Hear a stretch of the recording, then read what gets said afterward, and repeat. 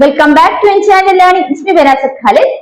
അപ്പൊ നമ്മൾ കഴിഞ്ഞ ക്ലാസ്സിലെ കറണ്ട് അഫയേഴ്സ് ആണ് നോക്കിയത്. PC പരീക്ഷയ്ക്ക് വരാൻ സാധ്യതയുള്ള കറണ്ട് അഫയേഴ്സ് ആണ് ഡിസ്കസ് ചെയ്തല്ലേ. ഒത്തിരി പരീക്ഷകൾക്ക് മുമ്പേ ആവർത്തിച്ചുള്ളത് ഇനി ചോദിക്കാൻ സാധ്യതമായിട്ടുള്ള കറണ്ട് അഫയേഴ്സ് നമ്മൾ നോക്കിയത്. അപ്പൊ അത്രയും ക്വസ്റ്റ്യൻസ് നിങ്ങൾക്ക് സെറ്റ് ആയെന്ന് വിശ്വസിക്കുന്നു. അപ്പൊ ആ ക്ലാസ് നിങ്ങൾ പരമാവധി പ്രയോജനപ്പെടുത്തി വിശ്വസിക്കുന്നു. അപ്പൊ ഇനിയുള്ള ക്ലാസ്സിൽ നമ്മൾ കറണ്ട് അഫയേഴ്സ് ആണ് ഇന്നത്തെ ക്ലാസ്സിൽ പ്രൊവൈഡ് ചെയ്യുന്നത്. ഒത്തിരി പരീക്ഷകൾക്ക് ഇനി വരുന്ന പരീക്ഷകൾക്കെല്ലാം പ്രയോജനപ്പെടുന്ന ഒരു കറണ്ട് അഫയർ ക്ലാസ് തന്നെയായിരിക്കും ഇത്. അപ്പൊ മാക്സിമം ഈ ക്ലാസ് ഉപയോഗപ്പെടുത്തുക. അപ്പൊ നമുക്ക് ക്ലാസ്സിലേക്ക് കടക്കാം. ആദ്യമായിട്ട് നമ്മൾ പഠിക്കാൻ പോകുന്നത് ചോദ്യം നോക്കാം. 2025 ഏപ്രിൽ 30 ചുമതലയേറ്റ കേരളത്തിന്റെ 50ാമത്തെ ചീഫ് സെക്രട്ടറി ആരാണ്? ചോദ്യം എന്താണ്? 2025 ഏപ്രിൽ 30 ചുമതലയേറ്റ കേരളത്തിന്റെ 50ാമത്തെ ചീഫ് സെക്രട്ടറി ആരാണ്? A ജയതിലക് ആണ്. എന്താണ് ഉത്തരം? A ജയതിലക്. അപ്പൊ എന്താണ് 2025 ഏപ്രിൽ 30 ചുമതലയേറ്റ കേരളത്തിന്റെ 50ാമത്തെ ചീഫ് സെക്രട്ടറി എന്നറിയപ്പെടുന്ന ആരാണ്? A ജയതിലക്. അടുത്ത ക്വസ്റ്റ്യൻ നോക്കാം. പഹൽഗാമിലെ ഭീകരാക്രമണത്തിന് തിരിച്ചടിയായി ഇന്ത്യ നടത്തിയ സൈനിക നടപടിയുടെ പേര്. അത് എല്ലാവർക്കും അറിയാവുന്നതായിരിക്കാം. എന്താണ്? പഹൽഗാമിലെ ഭീകരാക്രമണത്തിന് തിരിച്ചടിയായി ഇന്ത്യ നടത്തിയ സൈനിക നടപടിയുടെ പേരെന്താണ്? ഓപ്പറേഷൻ സിന്ദൂർ. ഓപ്പറേഷൻ സിന്ദൂർ ആണ് ഇന്ത്യ നടത്തിയ സൈനിക നടപടി. ഏത് ആക്രമണത്തിനെതിരെയാണ്? പഹൽഗാമിലെ ഭീകരാക്രമണത്തിന് തിരിച്ചടിയായിട്ടാണ് ഇന്ത്യ നടത്തിയ സൈനിക നടപടിയാണ്. ഇനി മൂന്നാം ചോദ്യം നോക്കൂ. ഇന്ത്യൻ സുപ്രീം കോടതിയുടെ 52ാമത്തെ ചീഫ് ജസ്റ്റിസ് ആരാണ്? ഇന്ത്യൻ സുപ്രീം കോടതിയുടെ 52ാമത്തെ ചീഫ് ജസ്റ്റിസ് ആരാണ്? BR ഗവായി ആണ്. BR ഗവായി ആണ് ഇന്ത്യൻ സുപ്രീം കോടതിയുടെ 52ാമത്തെ ചീഫ് ജസ്റ്റിസ്. അടുത്ത ക്വസ്റ്റ്യൻ നോക്കാം. കേരള സംസ്ഥാനത്തിലെ പഞ്ചായത്തുകളിലെയും മുനിസിപ്പാലിറ്റികളിലെയും വാർഡുകൾ വിഭജിച്ച് അവയുടെ അതിർത്തികൾ നിശ്ചയിക്കുക എന്ന ഉദ്ദേശത്തോടു കൂടി 2024 രൂപീകരിച്ച കേരള സംസ്ഥാന ഡീലിമിറ്റേഷൻ കമ്മീഷന്റെ അധ്യക്ഷൻ ആരാണ്? ചോദ്യം ഒന്നുകൂടി ആവർത്തിക്കാം. കേരള സംസ്ഥാനത്തിലെ പഞ്ചായത്തുകളിലെയും മുനിസിപ്പാലിറ്റികളിലെയും വാർഡുകൾ വിഭജിച്ച് അവയുടെ അതിർത്തികൾ നിശ്ചയിക്കുന്ന ഉദ്ദേശത്തോടു കൂടി 2024 രൂപീകരിച്ച കേരള സംസ്ഥാന ഡീലിമിറ്റേഷൻ കമ്മീഷന്റെ അധ്യക്ഷൻ ആര് എന്നാണ് ചോദ്യം. ഉത്തരം A ഷാജഹാൻ ആണ്. റിട്ടയർഡ് IAS കാരനാണ് അദ്ദേഹം. A ഷാജഹാൻ. അടുത്ത നോക്കാം. 2024 ജൂലൈ 15 മുതൽ ഇന്ത്യയുടെ വിദേശകാര്യ സെക്രട്ടറിയെ പ്രവർത്തിച്ചുകൊണ്ടിരിക്കുന്നത് ആരാണ്? അപ്പൊ 2024 ജൂലൈ 15 മുതൽ ഇന്ത്യയുടെ വിദേശകാര്യ സെക്രട്ടറിയെ പ്രവർത്തിച്ചിരുന്ന വ്യക്തി ആരാണ്? വിക്രം മിശ്രിയാണ്. എന്താണ്? വിക്രം മിശ്രി. ആ പേര് നോട്ട് ചെയ്യാം. ഇന്ത്യയുടെ വിദേശകാര്യ സെക്രട്ടറിയെ പ്രവർത്തിച്ചുകൊണ്ടിരിക്കുന്ന ആരാണ്? വിക്രം മിശ്രി. അടുത്ത നോക്കാം. ഭൗതിക വെല്ലുവിളി നേരിടുന്നവരുടെ സമഗ്ര വികസനത്തിനായി കേരള സർക്കാർ രൂപീകരിച്ച പദ്ധതി അല്ലെ. ആ പദ്ധതി എന്താണെന്ന് നോക്കാം. ഭൗതിക വെല്ലുവിളി നേരിടുന്നവരുടെ സമഗ്ര വികസനത്തിനായി കേരള സർക്കാർ അംഗീകരിച്ച കരിക്കുലത്തിന്റെ അടിസ്ഥാനത്തിൽ തൊഴിൽ പരിശീലനം, നൈപുണ്യ വികസനം എന്നിവ നൽകുന്നതിനായി സാമൂഹ്യ നീതി വകുപ്പ് നടപ്പിലാക്കാൻ തീരുമാനിച്ച പദ്ധതി ഏതാണ്? ചോദ്യം ഒന്നും കൂടെ ആവർത്തിക്കാം. ഭൗതിക വെല്ലുവിളി നേരിടുന്നവരുടെ സമഗ്ര വികസനത്തിനായി കേരള സർക്കാർ അംഗീകരിച്ച കരിക്കുലത്തിന്റെ അടിസ്ഥാനത്തിൽ തൊഴിൽ പരിശീലനം, നൈപുണ്യ വികസനം എന്നിവ നൽകുന്നതിനായി സാമൂഹ്യ നീതി വകുപ്പ് നടപ്പിലാക്കാൻ തീരുമാനിച്ച പദ്ധതി ഏതെന്നാണ് ചോദ്യം. ഉത്തരം പ്രചോദനം പദ്ധതി. അപ്പൊ പ്രചോദനം പദ്ധതി എന്ന് പറയുന്നത് എന്തുമായി ബന്ധപ്പെട്ടാണ്? ഭൗതിക വെല്ലുവിളി നേരിടുന്നവരുടെ സമഗ്ര വികസനവുമായി ബന്ധപ്പെട്ട പദ്ധതിയാണ്.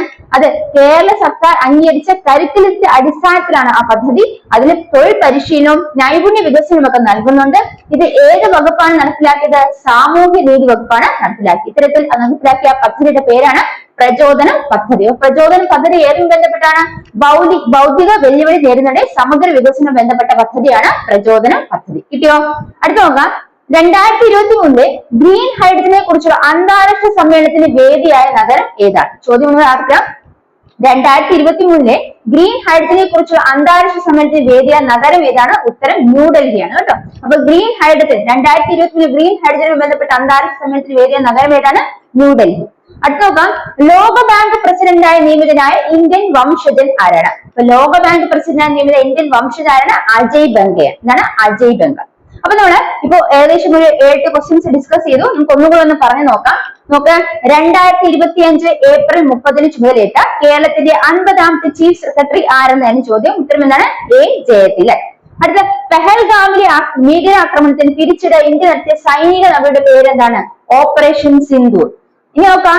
ഇന്ത്യൻ സുപ്രീം കോടതിയുടെ 52ാമത്തെ ചീഫ് ജസ്റ്റിസ് ആരാണ്? BR ഗവായി. BR ഗവായി ആണ്.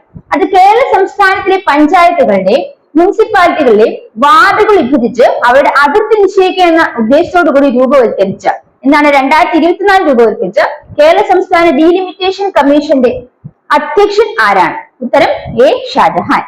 അടുത്ത നോക്കാം, 2024 ജൂലൈ 15 മുതൽ ഇന്ത്യയുടെ വിദേശകാര്യ സെക്രട്ടറിയെ പ്രവർത്തിച്ചുകൊണ്ടിരിക്കുന്നത് ആരാണ്? വിക്രം മിശ്രിയാണ്. എന്താണ്? വിക്രം മിശ്രിയാണ് വിദേശകാര്യ സെക്രട്ടറി. ഇന്ത്യയുടെ വിദേശകാര്യ സെക്രട്ടറി ആണ് വിക്രം മിശ്രി. ഭൗതിക വെല്ലുവിളി നേരിടുന്നവരുടെ സമഗ്ര വികസനത്തിനായി കേരള സർക്കാർ അംഗീകരിച്ച കരിക്കുലത്തിന്റെ അടിസ്ഥാനത്തിൽ തൊഴിൽ പരിശീലനം, നൈപുണ്യ വികസനം എന്നിവ നൽകുന്നതിനായി സാമൂഹ്യ നീതി വകുപ്പ് നടപ്പിലാക്കാൻ തീരുമാനിച്ച പദ്ധതി ഏതാണെന്നാണ് ചോദ്യം. ഉത്തരം എന്താണ്? പ്രചോദനം പദ്ധതി. അടുത്തത് എന്താ പഠിച്ചത്? 2023 ഗ്രീൻ ഹൈഡ്രജനെ കുറിച്ചുള്ള അന്താരാഷ്ട്ര സമ്മേളനത്തിന് വേദിയായ നഗരം ഏതാണ്? ന്യൂഡൽഹി. അടുത്ത പഠിച്ചത് എന്താണ്? ലോകബാങ്ക് പ്രസിഡന്റായി നിയമിത ഇന്ത്യൻ വംശജൻ ആരെന്നാണ്? ഉത്തരം അജയ് ബംഗെ. എന്താണ്? അജയ് ബംഗ്. അപ്പൊ ഇത്തരം ചോദ്യങ്ങൾ, അതിന്റെ ഉത്തരവും നിങ്ങൾക്ക് ക്ലിയർ ആയി വിശ്വസിക്കുന്നു. അപ്പൊ നമുക്ക് അടുത്ത കുറച്ച് ക്വസ്റ്റ്യൻസ് നോക്കാം. 2023 CV കുഞ്ഞിരാമൻ പുരസ്കാരം ലഭിച്ചതാർക്കാണ്? 2023 CV കുഞ്ഞിരാമൻ പുരസ്കാരം ലഭിച്ചതാർക്കാണ്? പെരുമ്പടവം ശ്രീധരനാണ്. അപ്പൊ 2023 CV കുഞ്ഞിരാമൻ പുരസ്കാരം ലഭിച്ചതാർക്കാണ്? പെരുമ്പടവം ശ്രീധരൻ. ഇനി അടുത്ത ചോദ്യം 2024 രസതന്ത്ര നോബൽ പുരസ്കാര തുകയുടെ പകുതി ലഭിച്ചതാർക്കാണ് ചോദ്യം. 2024 രസതന്ത്ര നോബൽ പുരസ്കാര തുകയുടെ പകുതി ലഭിച്ചതാർക്കാണ്? ഡേവിഡ് ബെക്കർക്കാണ്. അപ്പൊ ഡേവിഡ് ബെക്കർക്കാണ് നോബൽ പുരസ്കാരത്തിന്, രസതന്ത്ര നോബൽ പുരസ്കാരത്തിന് പകുതി ലഭിച്ചത്. പറഞ്ഞതാണ് 2024 രസതന്ത്ര നോബൽ പുരസ്കാരം അവാർഡ് തുക, അതിന്റെ പകുതി തുക ലഭിച്ചത് ആർക്കാണെന്നാണ് ചോദ്യം. എന്താണ്? ഡേവിസ് ബെക്കർ ആണ്. ഇനി ബാക്കി തുക പങ്കിട്ടത് 2 വ്യക്തികൾ ചേർന്നാണ്. അവരുടെ പേര് കൂടി നോട്ട് ചെയ്യുക. ഡെമിസ് ഹസ്ബിസും ജോൺ എം ജംബറുമാണ്. അപ്പൊ ഡെമിസ് ഹസ്ബിസും ജോൺ എം ജംബറുമാണ് ബാക്കി തുക പങ്കിട്ടെടുത്തത്. അപ്പൊ 2024 രസതന്ത്ര നോബൽ പുരസ്കാരം ലഭിച്ച പകുതി തുക ലഭിച്ചത് ആർക്കാണെന്ന് വെച്ചാൽ ഡേവിസ് ബെക്കർക്കാണ് കേട്ടോ. അപ്പൊ ആ ചോദ്യത്തിന് ഉത്തരം ക്ലിയർ ആയെന്ന് വിശ്വസിക്കുന്നു. അടുത്ത്, ഏത് സംഘടനയാണ് പ്ലാനറ്റ് ഓൺ ദി മൂവ് എന്ന പേരിൽ റിപ്പോർട്ട് പുറത്തിറക്കുന്നത്? അപ്പൊ ഏത് സംഘടനയാണ് പ്ലാനറ്റ് ഓൺ ദി മൂവ് എന്ന പേരിൽ റിപ്പോർട്ട് പുറത്തിറക്കിയത്? പ്ലാനറ്റ് ഓൺ ദി മൂവ് എന്ന പേരിൽ റിപ്പോർട്ട് പുറത്തിറക്കിയത് IUCN ആണ്. IUCN ആണ് പ്ലാനറ്റ് ഓൺ ദി മൂവ് എന്ന പേരിൽ റിപ്പോർട്ട് തയ്യാറാക്കിയത്.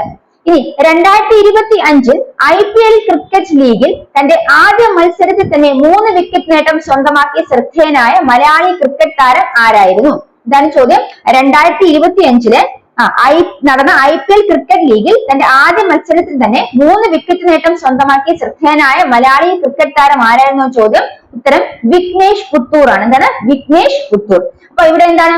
2025 IPL ക്രിക്കറ്റ് ലീഗില് 3 വിക്കറ്റ്, ആദ്യ മത്സരത്തിന് 3 വിക്കറ്റ് ആണ് അദ്ദേഹം നേടിയത്. അങ്ങനത്തെ ശ്രദ്ധേയനായ മലയാളി ക്രിക്കറ്റ് താരം കൂടിയാണ് ആര്? വിഘ്നേഷ് പുത്തൂർ എന്ന് മനസ്സിലാക്കി വെക്കാം. ഇനി 2025 മെയ് മാസത്തിൽ പാകിസ്ഥാനെതിരെ ഇന്ത്യ നടത്തിയ സൈനിക നടപടിയായ ഓപ്പറേഷൻ സിന്ദൂറിനെ കുറിച്ച് പത്രസമ്മേളനം നടത്തിയ ഇന്ത്യൻ വനിതാ സൈനിക ഉദ്യോഗസ്ഥർ ആരൊക്കെയാണ് ഇന്ത്യൻ വനിതാ സൈനിക ഉദ്യോഗസ്ഥർ? അത് പ്രത്യേകം നിങ്ങൾ നോട്ട് ചെയ്യണം. എന്താണ്?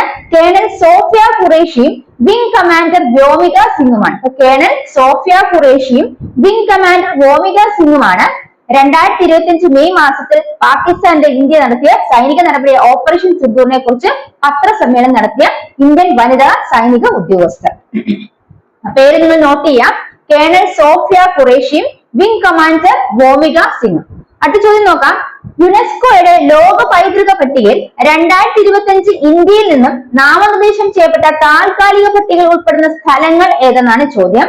ചോദ്യം കൊണ്ട് ആവർത്തിക്കാം. യുനെസ്കോയുടെ ലോക പൈതൃക പട്ടികയിൽ 2025 ഇന്ത്യയിൽ നിന്നും നാമനിർദ്ദേശം ചെയ്യപ്പെട്ട താൽക്കാലിക പട്ടികയിൽ ഉൾപ്പെടുന്ന സ്ഥലങ്ങൾ ഏതൊക്കെയാണെന്ന് നമുക്ക് നോക്കാം. കാങ്കാർ വാലി ദേശീയോദ്യാനം, മുത്തുമൽ മെഗാലിത്തിക് ഒമെൻഹെയറുകൾ, ഇതാണ് കാങ്കാർ വാലി ദേശീയോദ്യാനം, മുതുമൽ മെഗാലിത്തിക് മെൻഹിറുകൾ, അതുപോലെ ചൗസത്ത് യോഗിനി ക്ഷേത്രങ്ങൾ. ഇവയൊക്കെ ഏതിൽ ഉൾപ്പെടുന്നു? യുനെസ്കോയുടെ നാമനിർദ്ദേശം ചെയ്യപ്പെട്ട താൽക്കാലിക പട്ടികയിൽ ഉൾപ്പെടുന്നു. ഏതൊക്കെയാണ്? കാങ്കാർ വാലി ദേശീയോദ്യാനം, മുതുമൽ മെഗാലിത്തിക് മെൻഹിറുകൾ, അതുപോലെ ചൗസത്ത് യോഗിനി ക്ഷേത്രങ്ങൾ. ഇതിൽ ഇനിയും സൈറ്റുകളുണ്ട്. പ്രധാനമായിട്ടുള്ള ഈ 3 നിങ്ങൾ മനസ്സിലാക്കി വെക്കുക. ഇത് പരീക്ഷയ്ക്ക് ചോദിച്ചിട്ടുള്ളതാണ്. ഇനി 2025 പത്മവിഭൂഷൺ പുരസ്കാരത്തിന് അർഹയായ കുമുദിനി രജനീകാന്ത് ലഖിയ ഏത് മേഖലയിലാണ് പ്രശസ്തി ആർജിച്ചത്? ചോദ്യം ഒന്നുകൂടെ ആവർത്തിക്കാം. 2025 പത്മവിഭൂഷൺ പുരസ്കാരത്തിന് അർഹയായ കുമുദിനി രജനീകാന്ത് ലഖിയ ഏത് മേഖലയിലാണ് പ്രശസ്തി ആർജിച്ചത്?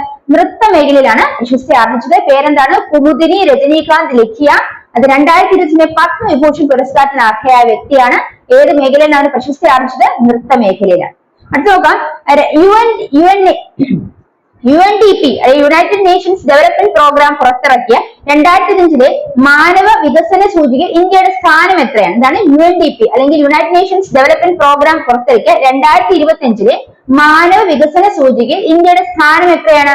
130ാമത്തെ സ്ഥാനമാണ് ഇന്ത്യക്കുള്ളത്. അപ്പൊ മാനവ വികസന സൂചിയിൽ ഇന്ത്യ സ്ഥാനം എത്രയാണ്? 2025 ഇന്ത്യയുടെ 2025 മാനവ വികസന സൂചിയിൽ ഇന്ത്യയുടെ സ്ഥാനം എന്ന് പറയുന്നത് 130 അതിന്റെ നമ്പർ നിങ്ങൾ നോട്ട് ചെയ്ത് വെക്കുക. അത് കേരള ഹൈക്കോടതി ഡെപ്യൂട്ടി സോളിസിറ്റർ ജനറലായി തിരഞ്ഞെടുക്കപ്പെട്ടത് ആരാണ്? OM ശാലിനിയാണ്. ചോദ്യം ആവർത്തിക്കാം. കേരള ഹൈക്കോടതി ഡെപ്യൂട്ടി സോളിസിറ്റർ ജനറലായി തിരഞ്ഞെടുത്തത് ആരെയാണ്? OM ശാലിനിയാണ്. മറ്റൊരു പ്രത്യേകത, ഈ പദവിയിൽ എത്തുന്ന ആദ്യ വനിത കൂടിയാണ് അവർ. കേരള ഹൈക്കോടതി ഡെപ്യൂട്ടി സോളിസിറ്റർ ജനറൽ തിരഞ്ഞെടുക്കപ്പെട്ടത് ആരാണ്? OM ശാലിനിയാണ്. ഈ പദവിയിൽ എത്തുന്ന ആദ്യ വനിത കൂടിയാണ് അവർ. അപ്പൊ നമുക്ക് ഒന്നും കൂടെ വായിച്ച ക്വസ്റ്റ്യൻസ് ഒക്കെ ഒന്ന് നോക്കാം. ഓർമ്മയുണ്ടോ, കിട്ടുന്നുണ്ടോ നോക്കാം.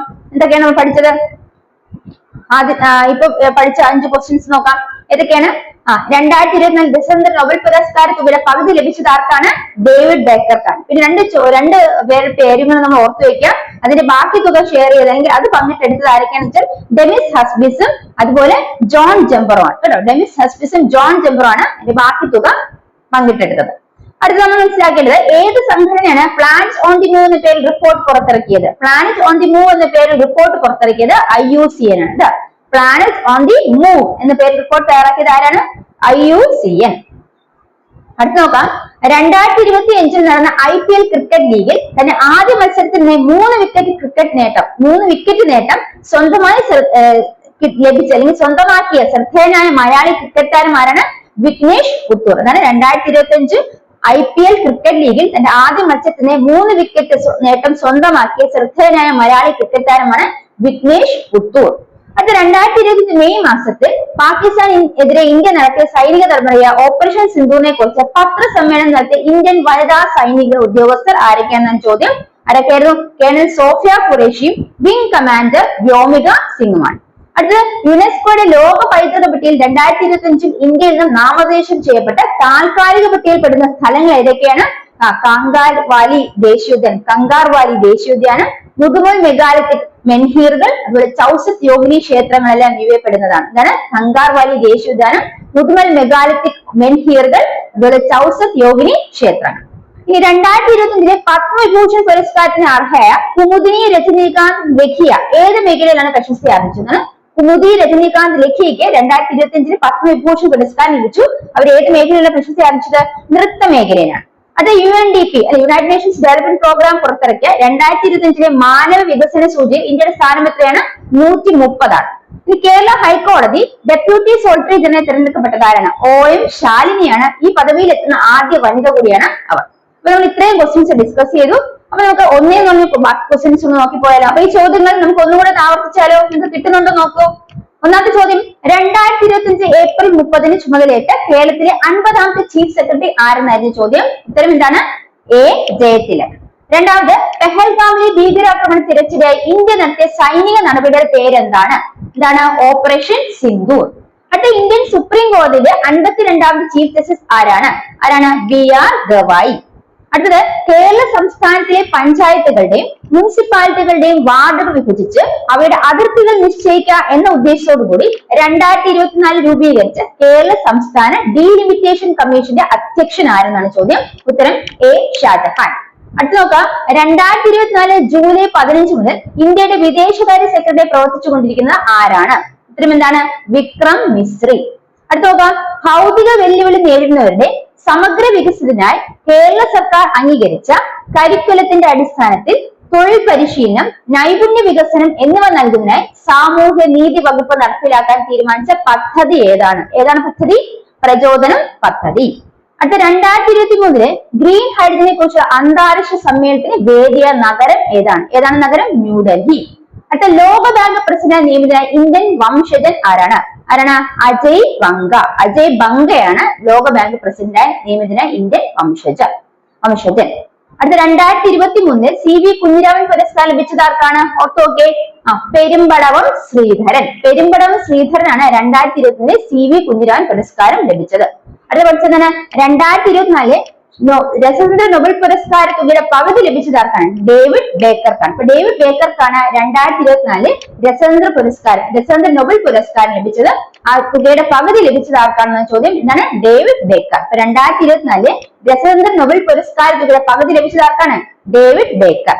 അത് ഏത് സംഘടനയാണ് പ്ലാനറ്റ് ഓൺ ദി മൂവ് എന്ന പേരിൽ റിപ്പോർട്ട് തയ്യാറാക്കിയത്? പ്ലാൻസ് ഓൺ ദി മൂവ് എന്ന പേരിൽ റിപ്പോർട്ട് തയ്യാറാക്കിയ സംഘടന IUCN ആണ്. ചോദ്യം നോക്കിയേ, 2025 നടന്ന IPL ക്രിക്കറ്റ് ലീഗിൽ തന്റെ ആദ്യ മത്സരത്തിൽ തന്നെ 3 വിക്കറ്റ് നേട്ടം സ്വന്തമാക്കി ശ്രദ്ധേയനായ മലയാളി ക്രിക്കറ്റ് താരം ആരായിരുന്നു? വിഘ്നേഷ് പുത്തൂർ. കിട്ടുന്നുണ്ടോ? വിഘ്നേഷ് പുത്തൂർ ആണ് ഉത്തരം. അടുത്ത 2025 മെയ് മാസത്തിൽ പാകിസ്ഥാനെതിരെ ഇന്ത്യ നടത്തിയ സൈനിക നടപടിയായ ഓപ്പറേഷൻ സിന്ദൂറിനെ കുറിച്ച് പത്രസമ്മേളനം നടത്തിയ ഇന്ത്യൻ വനിതാ സൈനിക ഉദ്യോഗസ്ഥർ ആരൊക്കെയാണ്? കേണൽ സോഫിയ ഖുറേഷിയും വിംഗ് കമാൻഡർ വ്യോമിക സിംഗ്. എന്താണ്? കേണൽ സോഫിയ ഖുറേഷിയും വിംഗ് കമാൻഡർ വ്യോമിക സിംഗ്. അടുത്ത ചോദ്യം നോക്കാം. യുനെസ്കോയുടെ ലോക പൈതൃക പട്ടികയിൽ 2025 ഇന്ത്യയിൽ നിന്നും നാമനിർദ്ദേശം ചെയ്യപ്പെട്ട താൽക്കാലിക പട്ടികയിൽ ഉൾപ്പെടുന്ന സ്ഥലങ്ങൾ ഏതെല്ലാമാണ്? കാഗാർ വാലി ദേശീയോദ്യാനം, മുതുമൽ മെഗാലിത്തിക് മെൻഹീറുകൾ, ചൗസത്ത് യോഗിനി ക്ഷേത്രങ്ങൾ മുതലായവ എന്താണ് യുനെസ്കോയുടെ ലോക പൈതൃക പട്ടികയിൽ ഇടം നേടി അല്ലെങ്കിൽ നാമനിർദ്ദേശം ചെയ്യപ്പെട്ട സ്ഥലങ്ങളാണ്. ഏതൊക്കെയാണ്? കാഗാർ വാലി ദേശീയോദ്യാനം, മുതുമൽ മെഗാലിത്തിക് മെൻഹീറുകൾ, ചൗസത്ത് യോഗിനി ക്ഷേത്രങ്ങൾ. ഇതൊക്കെ യുനെസ്കോയുടെ ലോക പൈതൃക പട്ടികയിൽ 2025 ഇന്ത്യയിൽ നാമനിർദ്ദേശിക്കപ്പെട്ട താൽക്കാലിക പട്ടികയിൽ ഉൾപ്പെട്ട സ്ഥലങ്ങൾ ഏതൊക്കെയാണ്? കാഗാർ വാലി ദേശീയോദ്യാനം, മുതുമൽ മെഗാലിത്തിക് മെൻഹീറുകൾ, അതുപോലെ തന്നെ എന്താണ് ചൗസത്ത് യോഗിനി ക്ഷേത്രങ്ങൾ. അടുത്ത നോക്കുക, 2025 പത്മഭൂഷൺ പുരസ്കാരത്തിന് അർഹയായ കുമുദിനി രജനീകാന്ത് ലഖിയ ഏത് മേഖലയിലാണ് പ്രശസ്തി ആർജിച്ചത്? എന്നാണ് കുമുദിനി രജനീകാന്ത് ലഖിയ ഏത് മേഖലയിലാണ് പ്രശസ്തി ആർജിച്ചത്? അവർക്ക് 2025 പത്മഭൂഷൺ പുരസ്കാരം ലഭിച്ചു. ഏത് മേഖലയുടെ പ്രശസ്തിക്കാണ്? അതെ, എന്താണ്? നൃത്തം അല്ലെ? എന്താണ് നൃത്തം എന്ന് മനസ്സിലാക്കുക. അടുത്ത UNDP united nations development programme പുറത്തിറക്കിയ 2025 മാനവ വികസന സൂചികയിൽ ഇന്ത്യയുടെ സ്ഥാനം എത്രയാണെന്നായിരുന്നു ചോദ്യം. എത്രയാണ്? 130ാമത്തെ സ്ഥാനമാണ് ഇന്ത്യക്ക്. അടുത്ത ചോദ്യം എന്താണ്? കേരള ഹൈക്കോടതി ഡെപ്യൂട്ടി സോളിസിറ്റർ ജനറൽ തിരഞ്ഞെടുക്കപ്പെട്ടത് ആരാണ്? കേരള ഹൈക്കോടതി ഡെപ്യൂട്ടി സോളിസിറ്റർ ജനറൽ തിരഞ്ഞെടുക്കപ്പെട്ടത് OM ശാലിനിയാണ്. ഈ പദവിയിൽ എത്തുന്ന ആദ്യ വനിത കൂടിയാണ് അവർ. അപ്പൊ കഴിഞ്ഞ ക്ലാസ്സിലെ പോലെ തന്നെ നമ്മൾ കറണ്ട് അഫയറുമായി ബന്ധപ്പെട്ട കുറച്ച് ക്വസ്റ്റ്യൻസ് ആണ് ഡിസ്കസ് ചെയ്ത്. തീർച്ചയായും നിങ്ങൾക്ക് ഈ ക്വസ്റ്റ്യൻസ് ഇനിയും പരീക്ഷകൾ കാണാൻ സാധിക്കും. അതുകൊണ്ട് ഈ ക്വസ്റ്റ്യൻസും ആൻസേഴ്സ് നന്നായി മനസ്സിലാക്കി വെക്കുക. അപ്പൊ നമ്മൾ ഇതിന്റെ അടുത്ത പോർഷൻസ് ഇനി അടുത്ത ക്ലാസ്സിൽ നമ്മൾ കറണ്ട് അഫയർ അടുത്ത കുറച്ച് കറണ്ട് അഫയേഴ്സ് നോക്കുന്നതായിരിക്കും. അപ്പോൾ ഈ ക്ലാസ് മാക്സിമം കാണാൻ ശ്രമിക്കുക. അപ്പൊ ക്ലാസ് നിങ്ങൾക്ക് ഇഷ്ടപ്പെട്ടുവെങ്കിൽ തീർച്ചയായും ചാനൽ സബ്സ്ക്രൈബ് ചെയ്യുക, ലൈക്ക് ചെയ്യുക, ഷെയർ ചെയ്യുക, കമന്റ് ചെയ്യുക. മറ്റൊരു ക്ലാസ്സിൽ കാണുന്നവരെ bye from me. Thank you.